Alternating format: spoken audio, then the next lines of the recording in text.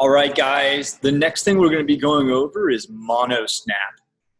It is a tool to help you edit images and highlight things about images.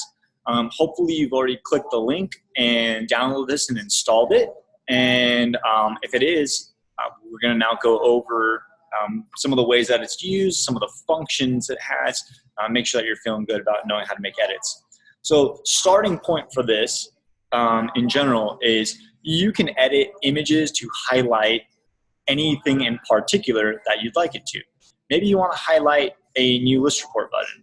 Maybe you want to highlight the invite button. Maybe you want to highlight the views or drop down arrows. Monosnap is a tool to help you highlight certain things. And the way that it's going to work is with this little lightning bolt over here, you're going to click open. And once you do, it's going to say, okay, what image do you want to do? And this image right here on my computer is this one over here. So let's go ahead and make some notations. So dragged it on, I'm going to open it, and then it's going to be opened within Monosnap. Let's see if I can move this bar out of the way here. All right, so we got Monosnap here. Now, there's lots of things we can do within here. Some of us just go over probably like the most common. First things are this arrow. Arrow is a pretty popular one that's going to be used very often. So you need to help someone figure out where the invite button is. Sweet. Go ahead and drag an arrow. And you can drag this wherever you want. Once you let it go, that arrow's there. By the way, you can always change the colors on any one of these things. If you change the color before you do, you can go ahead and do that. So if there's something highlighting, maybe you don't want to use blue here because it doesn't stand out. You can always do that. I'm doing Command Z to undo these. But again, change that color out to whatever you want, and then you can always, the symbol will always follow suit. Another thing to mention, this is kind of like the density of whatever you're doing. So if you want a beefier arrow, you can kind of beef it up a little bit here, and it'll kind of be a more, beefy thing. And that's more relevant for when you type things out, which I'll show you in just a sec. I'm going to move this back to normal. So that's an arrow. Let's say there's a section that you want to show someone. Maybe it is going to be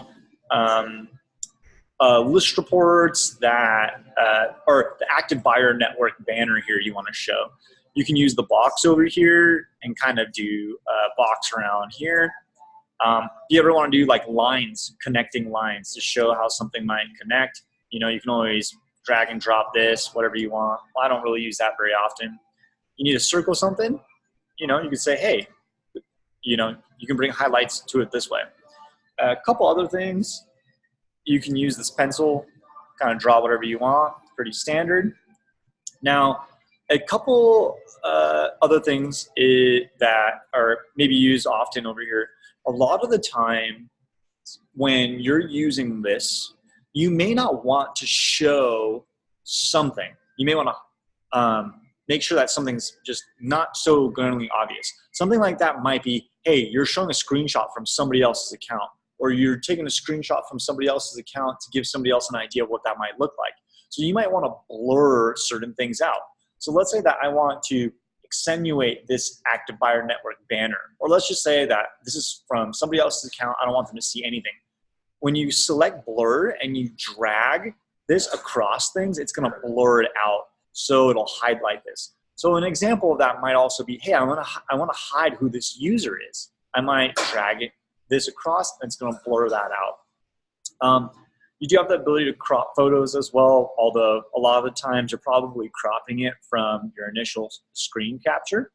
Last thing I want to show though is going to be these texts. So texts are really cool because you can basically handwrite things that will go along with arrows. So you can see here how I'm writing some things out, but these get really helpful too when you're showing step-by-steps.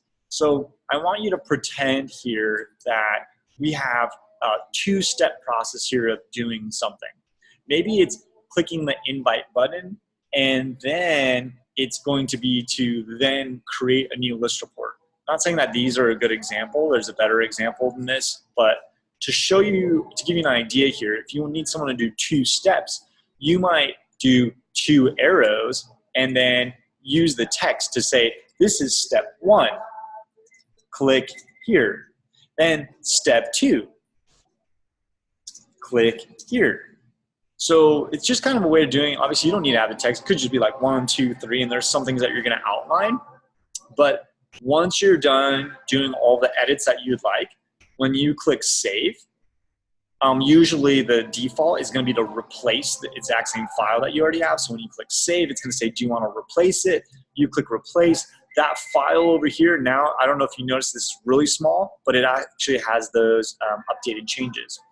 And again, this will be used probably regularly every time you want to highlight something within someone's account, within someone's partners, within the partner of someone's account. Monosnap's a great tool to make those edits on individual images.